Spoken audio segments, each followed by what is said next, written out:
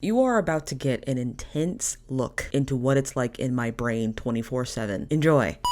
So about 3 months ago, I was looking through some old video scripts and I saw several that I had finished, but one in particular stood out to me, and that was a almost 7-page long script about Sk8 the Infinity. Sk8 the Infinity is one of those what I call stealth anime that looks cute on the surface, but it's actually like a little horrifying if you think about it for too long. I was like, wow, this is 7 pages long. So what I did was I sat down, reread it, and I made it twice as long. See, quarantine for me lasted a little longer than the average bear, and I had these bouts of like listlessness where I had nothing to do, and if my brain did not shut down, I would just spiral into the pit of, dear God, what am I doing with my life? And so when I had nothing to do, Almost Husband and I started picking up a lot of random anime, including but not limited to your Michio Amisan, Horimiya,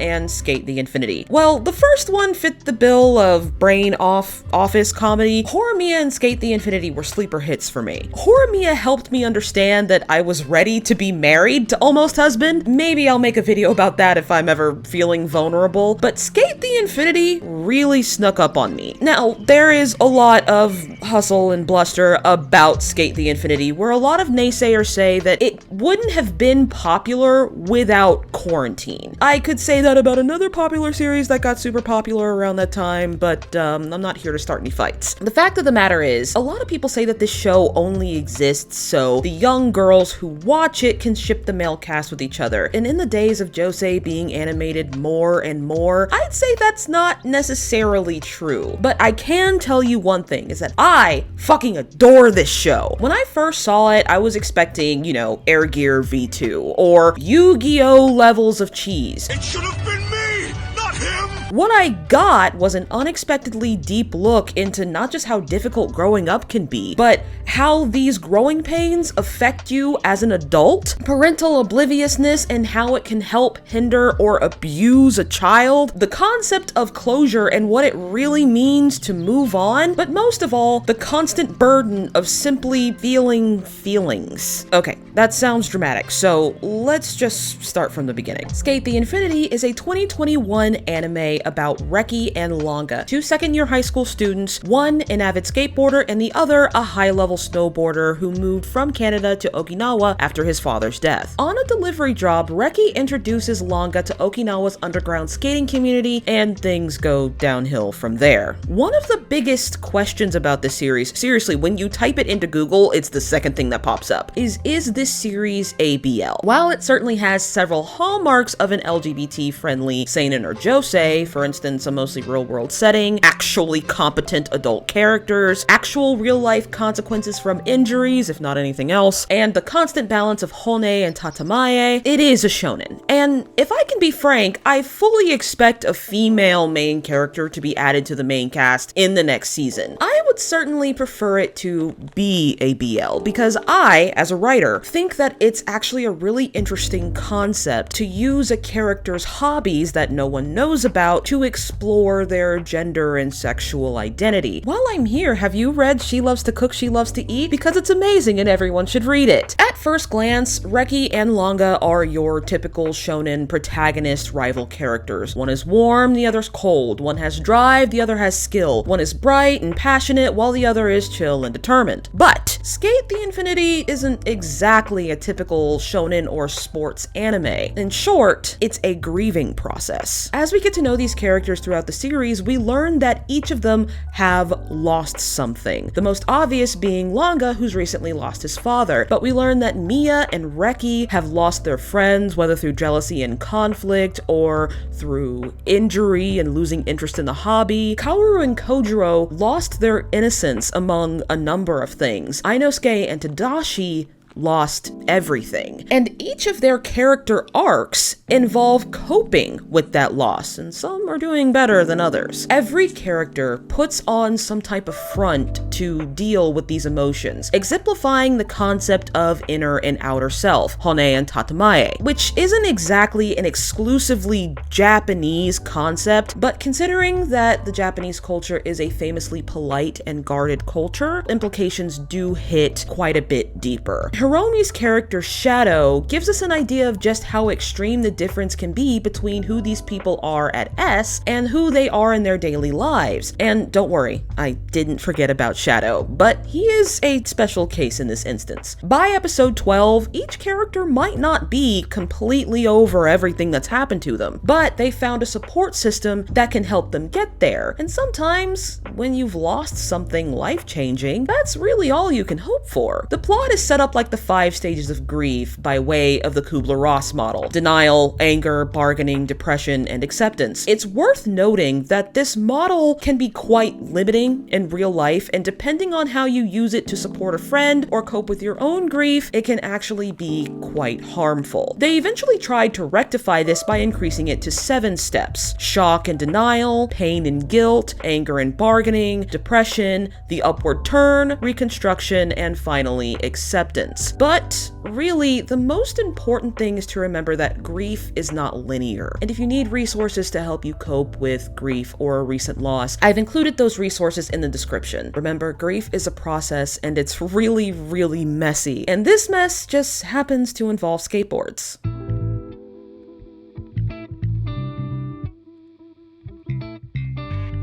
Sk8 the Infinity opens with my most favorite thing, narration. Fortunately, it doesn't stay. From Reki, who claims that he's the one teenager in the world who has it all figured out. And I gotta say, I'm glad I figured that out early. Oh, sweetie!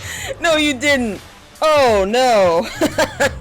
Reki is in denial. He's pretty much one mistake away from a complete mental breakdown, and his boss can clearly tell and is just kind of bracing for it. You know what sucks about the way you say I'm fine?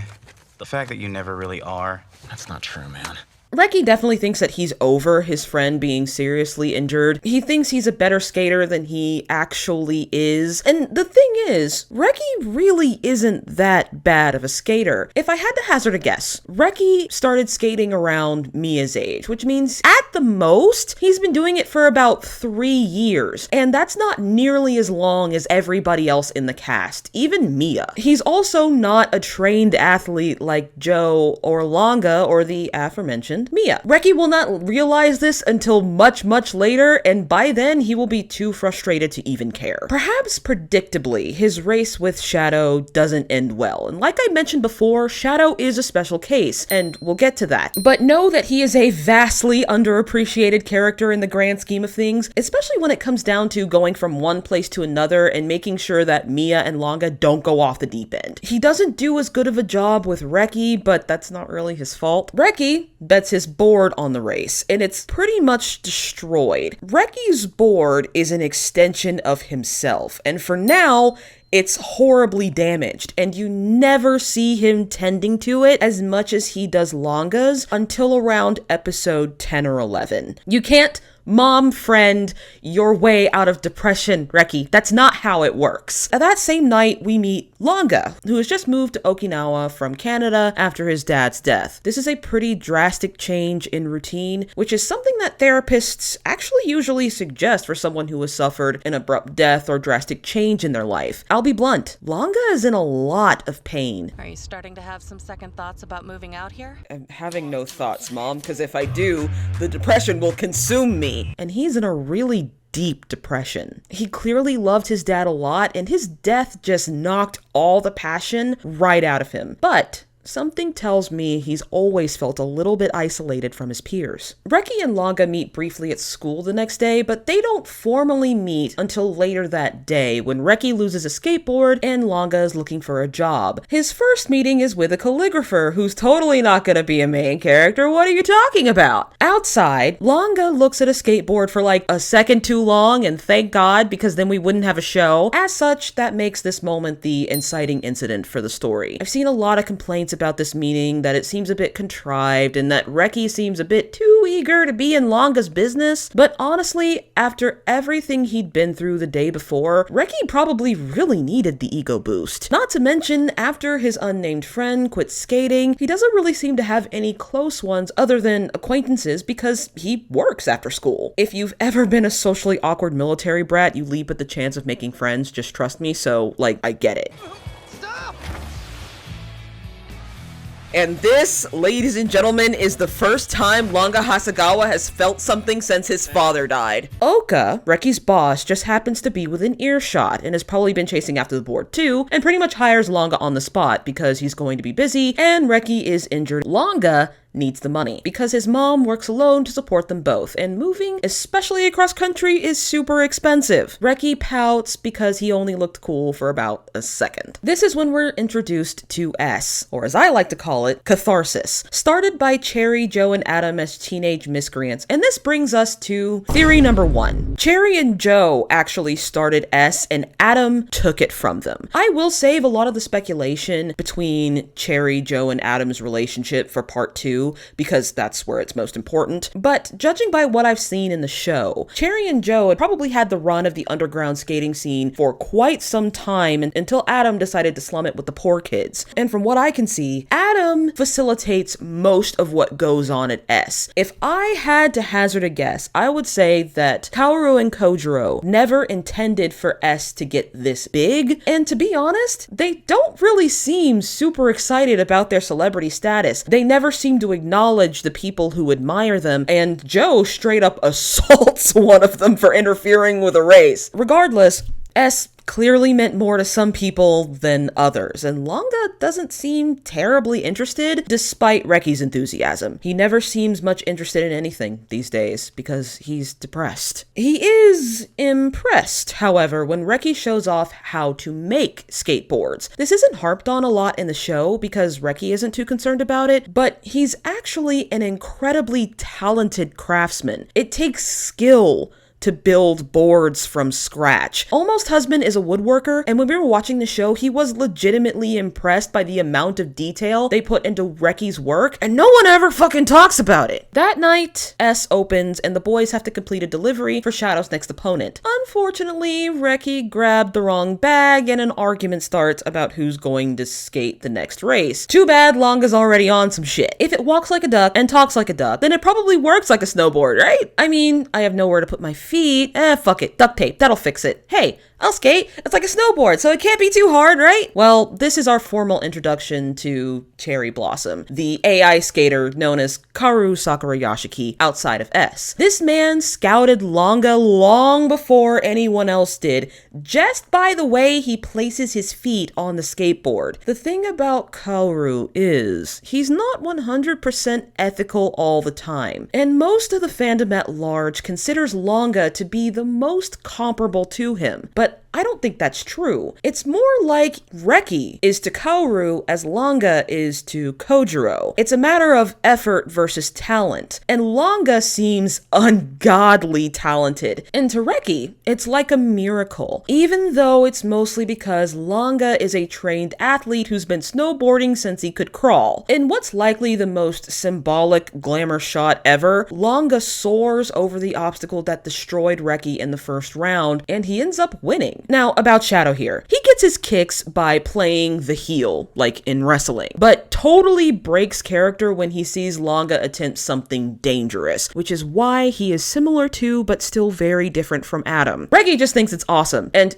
everyone is watching, even the people who shouldn't be. Everyone wants what Langa has. That is the scene that makes Adam thinks Langa can fix him. Still, Langa has to learn how to skate properly. He's got a taste, and he wants more, because dead ass, this is the first time this kid has felt anything since his dad passed away. So, we have a skateboarding and bonding montage. During this montage, Langa's injuries catch his mom's attention. She's honestly trying her best, and she's grieving too, but she is older and wiser and a little more well-adjusted, if I can be blunt. She's a good example of acceptance being a good thing. A good foil to this guy who's not going to be important at all. What are you talking about? She is clearly just worried about how her son is coping, because clearly he hasn't been. However, her concerns are somewhat put to rest when Langa tells her he made a friend. Just throwing this out here, Langa considered Reki a friend long before he was any kind of outwardly affectionate with him. That's really important, especially when Reki starts drifting away from him in episode 7. While Langa learns to ollie, we get more acquainted with the adults, particularly Joe, whose name is Kojiro Nanjo, and his relationship with Kaoru. Kojiro and Kaoru are on Okinawa's 30 under 30 list, being very accomplished businessmen, Kojiro being a chef at his own restaurant, and Kaoru being a very talented programmer and artist. Contrary to what the skaters of S believe, the reason that they rarely show up to S is not their celebrity status or whatever, it's because they have whole-ass demanding adult jobs. Being a chef is hard, and it doesn't look like Kojiro has much of a crew. Kaoru is the only one that covers his face, since his job involves him being the public eye quite a bit, and it would be awkward if he saw one of his clients in this supposedly illegal, but really just vaguely frowned upon, super secret club. Also, I looked it up, and AI calligraphy is actually a real and very popular thing. And I'm not talking about Midjourney or anything like that either. It helps with things like writing and keeping the art of kanji and calligraphy alive and accessible for disabled people, not making 7-fingered hands, but you know, I digress. Kojiro and Kaoru are firmly in the bargaining stage. All 3 of the founding members are. If we or someone beats Inosuke, that would fix all our problems. Kaoru says he can finally let go of his 7-year-long grudge, and Kojiro never explicitly states what his beef is, but I don't think it has anything to do with what Inosuke did to Kaoru. Remember, Adam abandoned him too, and if the montage from episode, I want to say 9, has anything to do with it, Kojiro had his doubts about Adam from the beginning, and warmed up to him eventually to where they became best friends, for him to suddenly abandon them after pretty much destroying the one place they had to express themselves. And to be honest, S is kind of the best they've got. Think about it. Being a chef is a demanding job. There's not a lot of room for hobbies. The looming threat of Adam and all that past drama coming back, fucking up the one place he feels he can truly express himself, kinda ruins everything. But I still do think that there is a part of him that is bitter over how badly this affected Kaoru. Shipping lenses off, although I will say that I am a Matcha Blossom stan, gang gang, it's still pretty obvious that their relationship is special. Word of God even states that they've known each other their whole lives. Whatever happened between them and Adam was enough to break them, but not enough to break them up. Also, Kaoru is really fucking mean, and the reason he and Kojiro fight is because Kojiro doesn't put up with his shit. Regardless, this is our 3rd look at Adam, and he is already obsessed, but he doesn't want to face Langa without making sure that he's what he's been looking for. So he asks his secret weapon to evaluate him. However, Adam's not the only one with these obsessive tendencies, and while he and Langa can be quite similar, Langa experienced trauma to where he couldn't feel anything, whereas Adam experienced it to where he felt too much but couldn't show it. A little bit of empathy for both of these characters goes such a long way. Skating was really the only way to get out of their hell. As per the title, skating opens up a ton of impossibilities, all of which weren't available to Langa while snowboarding. So, Reki builds Langa a board, similar to a snowboard with the cutest yeti I've ever seen. We also find out that Langa faints at the sight of blood, which is unexpected. While Reki patches him up, Langa finally opens up to him about everything. And this is probably the first time he has ever done that with anyone but his dad. Even his mom states that even if he was upset, he wouldn't tell me, he would tell his dad. When he finally pulls off his first ollie, he and Reki make a secret handshake. And honestly, probably the first time that's ever happened to him. I don't care how you look at it, that's it for Langa. Reki is forever. Reki is in game for him. Well, once again, you can look at it platonically, romantically, or whatever. Langa is out of time to grasp the basics because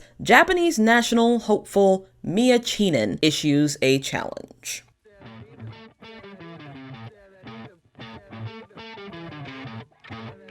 Mia is, frankly, too young to be this smug. Goth kid in the making. Literally the embodiment of fake it till you make it, except he never quite made it. But when you have people shitting on you behind your back, you really have to put on a tough exterior. One mistake, and he lets down a lot of people. But yeah, Mia's having a lot of trouble adjusting to the attention, and also adjusting to the ire that attention draws. Because those kids feel like they're getting left behind. Adam has picked up on this and has poached this kid like a leopard in Serengeti. Also, it's never explicitly stated, but Inosuke has got to be sponsoring Mia because competitions like this require a lot of money no matter what country you go to. And if he disappoints Adam, he loses that support. So this kid has a lot to prove, a lot of people to disappoint, and a lot of people he left behind. Anger. He is angry, frustrated, and bitter to the point where it's the only thing that motivates him these days. His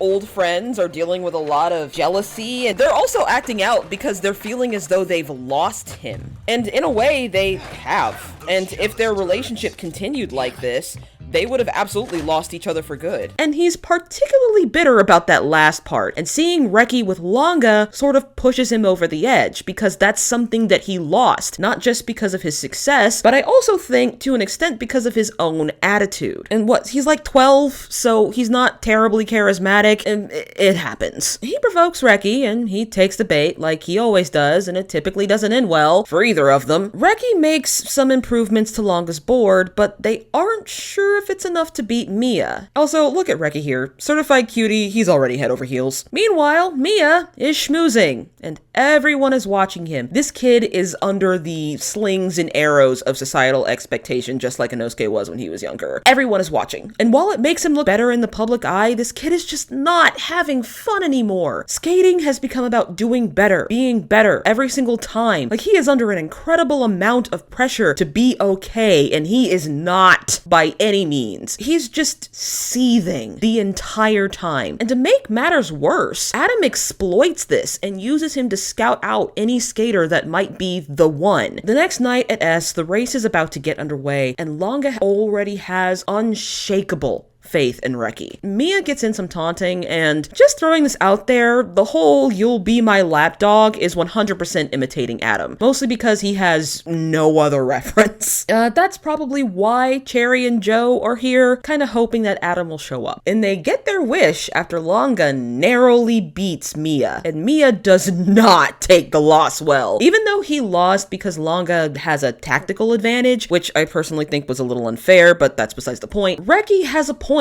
about skating to have fun. People who are having fun don't force people to use broken handrails or get that bent out of shape about losing. This isn't the grudge match that Mia thinks it is. To be honest, Mia is actually pretty relieved to find that out, eventually, because Adam ruins everything, and he has some choice words for Mia, pretty much dropping him on the spot. This man does not have a chill bone in his body. Like, he is bursting at the seams every second. Despite whatever cool, calm demeanor he has as a politician, he is losing it like every second. When he enters the room, he has to be the best thing in it. So he needs to have the best. He needs to teach the best. And he instantly takes to Langa after Mia falls short of his frankly astronomical expectations. Man, I can't wait for this man to go to therapy and realize he's just like his father. Reki has a bit of a beef with perfection,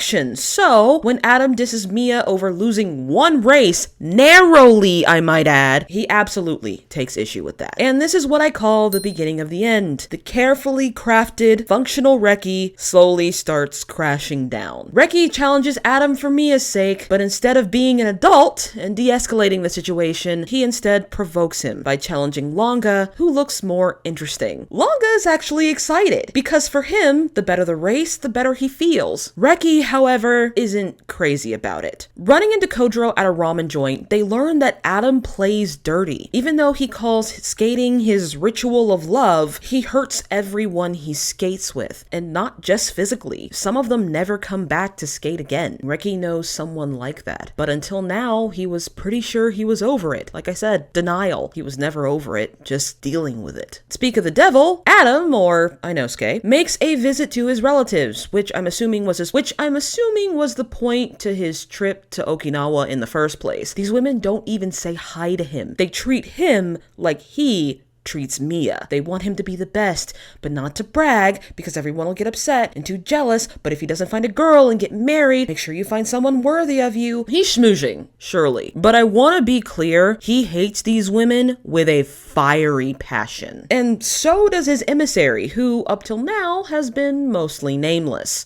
And Tadashi is like, I have sucked this man's dick every day since we were 19 years old. Trust me, he's not looking for a wife. Back at the park, Mia sets Reki up for his race, giving him a training regimen. Despite Joe's warnings, he doesn't understand how bad this is going to get. But Mia does, and he's terrified. I'm assuming that Mia has seen videos of Adam's other races that Cherry and Joe were there for, and most of those races, as Adam's mental state continued to deteriorate until he went to America, most of them ended in blood and broken bones. Have you ever skated one-on-one against Adam before?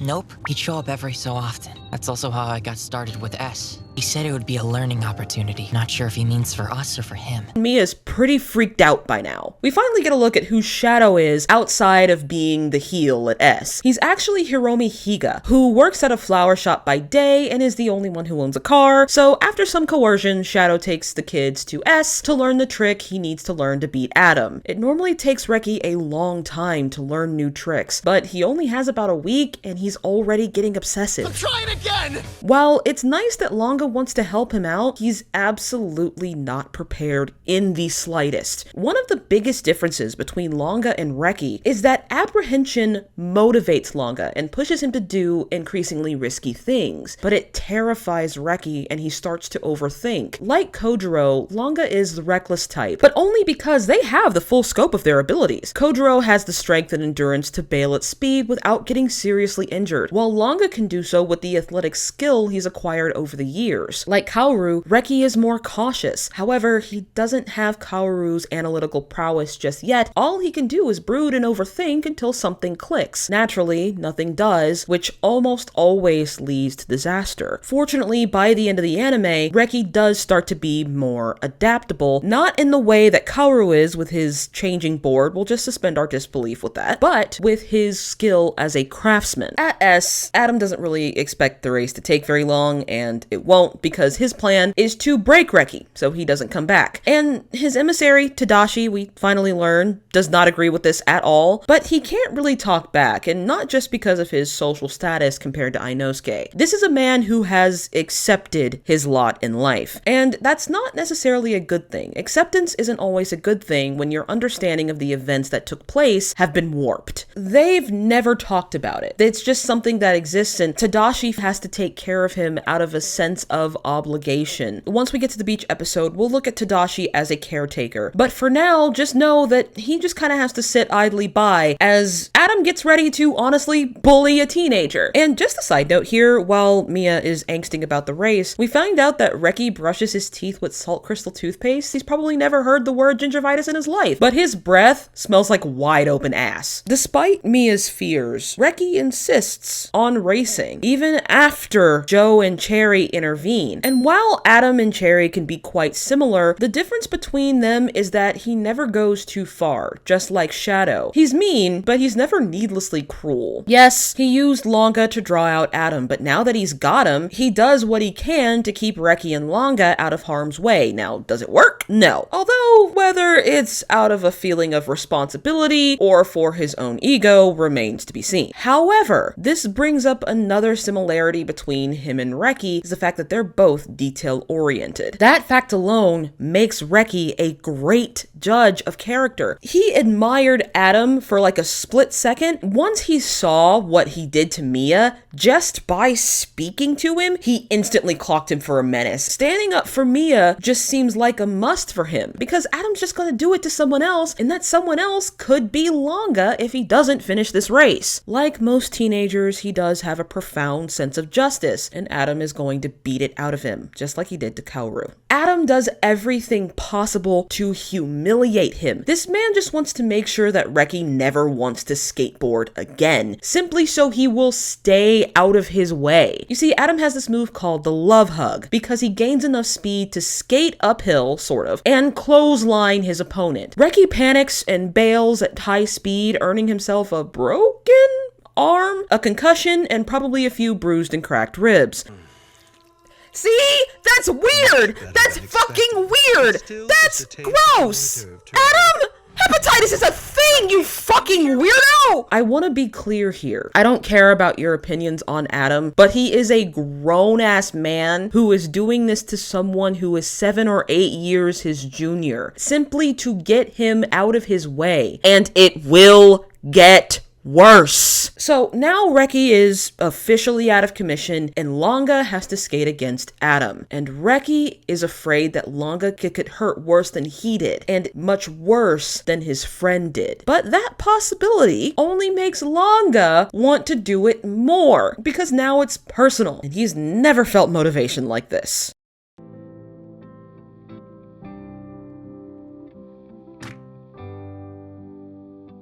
Naturally, Reki needs to learn more about Adam, so he finds Kaoru while he's at work, and after some back and forth and Kaoru slapping a child with a broken arm and a concussion in the face, he takes Kaoru to go see Langa. And this is what I mean by Cherry being not so ethical. Cherry is angry. He's been holding this grudge against Adam for 7 years. You don't do that just over some petty high school drama. So whatever Inosuke did to him broke him. And there is a possibility that he's still doing it to him if my theory about Adam taking S from them is correct. And after seeing Adam, this bitterness comes out in his art too, because he chooses the phrase repent and make efforts. In other words, you can still apologize to me and make efforts to amend yourself. There is a part of him that wants what he had with Adam back. He even says every day felt like a festival. There is a part of Cherry that still wants that back. And if you just apologize to me and make it up to me, we can make it work. It's not going to happen. He thinks Langa is going to help him do it, and he low-key believes that Adam losing a race will fix him. You know what will fix you? Therapy! Teaming up with Joe,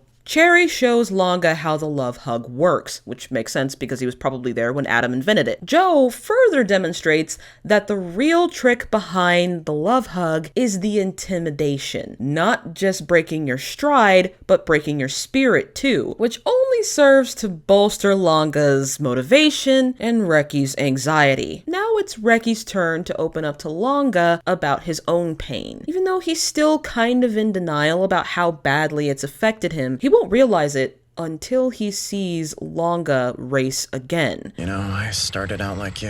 A friend asked me to try skateboarding with him. He got badly injured. Never skated again after that. I don't want to go through the same with you. Please don't skate against Adam. At first, I was furious. It's strange. For some reason, I want to skate against Adam. Says who? You can't know that for sure. No injury will make me want to quit. Do you swear? I swear. We don't know much about Reki's nameless friend, but judging by that neck brace, there's a possibility he either fell or got hit by a car. Up until now, he thought he was over it, so he pleads with Langa not to do it, and Langa is able to reassure him this time. The night of the race, Adam goes full peacock, and Cherry is just disgusted. Bombastic side eye. But Langa just kind of goes with it. He really doesn't give a shit about anything Adam is saying to him and insists on being taken seriously. And the race is underway after that. During spectating, Joe calls Cherry out on his bullshit. So bad. You just used that boy, didn't you?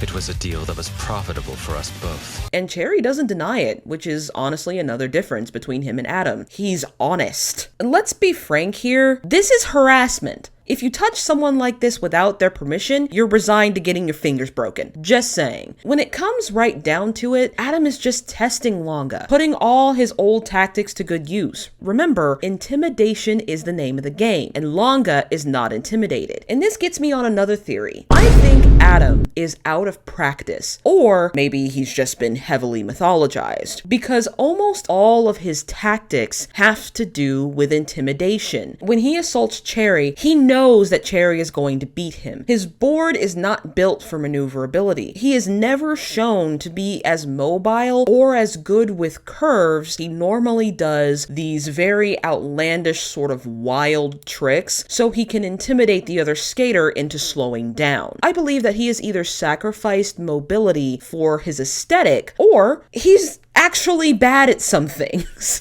you know, which is very possible, I would say. But regardless, this is the most fun Langa has ever had. Skating has been the only thing to make him feel anything in a long time, and this is the most intense form of skating he's ever experienced. This is not sustainable because there isn't always a bigger experience to be had, and sometimes if there is, it can go quickly from fun to dangerous. Just look at how many base jumpers die a year. Langa's signature backside rodeo beats Adam's love hug, and everyone is shook, even Adam. Especially Adam.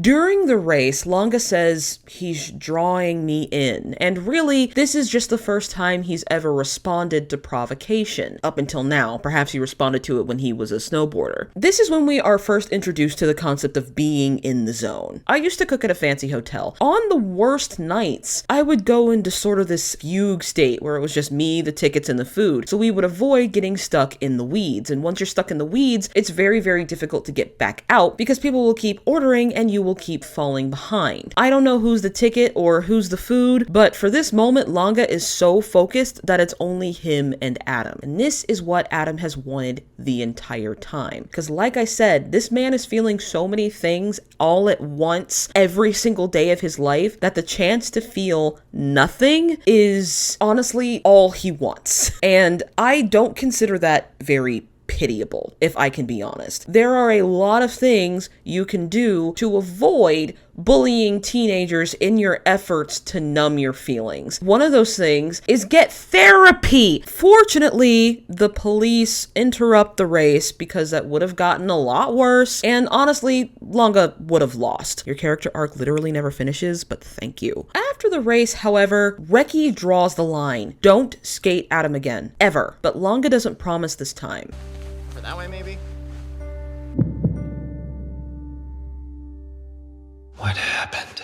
But before all that, the anime decides to ease us into it with a beach episode. And while we enjoy this episode, I want to talk about Shadow, or Hiromi Higa, specifically as a caretaker. In general, he's just a vastly underappreciated character, and I could get into why, but we all know why. This sucks. Cherry and Joe are easily the designated mom and dad in most fan content, but that's only because of this scene, and to be frank, because of gender roles. They're actually more like the cool uncles of the group, fun, mildly rich, and emotionally distant, until you realize that the kids don't really know much about them at all. Shadow is the real MVP here, mostly because he has no obligation to these kids. Like, he claims that his crush on his manager leads him to do all these things, but he's a grown-ass man who could say no at any time. He's only a year younger than Kaoru and Kojiro. Honestly, he's really a good sport about all of this. But he's not the kind of character who's gonna sit you down and have a heart-to-heart talk. He's mostly the comic relief, but that's the good thing about him. He puts up a fight when he's dragged to places, sure, but when the tough gets going, he's the coolest head in the group because he has the least beef with Adam. Although he really should have more, but we'll cross that bridge in part 2. Adam paid that guy to beat him, but whatever. One of the best things you can do for someone who's grieving is be consistent. He keeps his promises. He shows enthusiasm for their choices. He straight up takes care of them when things get bad. He pays for their meals, albeit reluctantly, helps them plan, and he listens. It's worth noting he doesn't skateboard out of costume. He knows when he's gone too far, and abides by the rules in and outside of S. What he really wants is to have fun, and even though it's usually at someone else's expense, he does break character when things get too dangerous or it looks like someone can't handle themselves. He knows that catharsis can't fix his problem, and that it's not always a good thing. He honestly deserves a lot more credit. Unfortunately, he is hiding a vital part of himself from the woman he loves. I'm sorry, dude, but you can't get the girl by lying to her. And now, I want to talk about Tadashi. And while the character doesn't seem super important until part 2, we're talking about caretakers, so I wanted to talk about him in that context, rather than someone who is also grieving that I'll expand on in part 2. This man man is tired, okay? He's exhausted. This is what happens when a caretaker burns out. Compassion fatigue. This man is just done. He can't say no. He takes care of everything. He doesn't or can't hold Inosuke accountable. He feels like if Inosuke asked him why they had to suffer the way they did as kids, he'd say, well, it was all in God's plan. Because he simply doesn't know what else to say anymore and is tired of thinking of anything else. He's an enabler, frankly. He is an enabler pretty much in everything Inosuke does, to the point that he is willing to go to jail for this man. He feels like he owes him because he thinks what happened to them back then is all his fault, and I'm pretty sure he's been told that repeatedly. He's already accepted what happened, and acceptance isn't always a good thing, especially, as I said before, when your perception of the events is warped. This is going to lead to some pretty extreme decision making in the future, but let's just sit back and enjoy the vibes,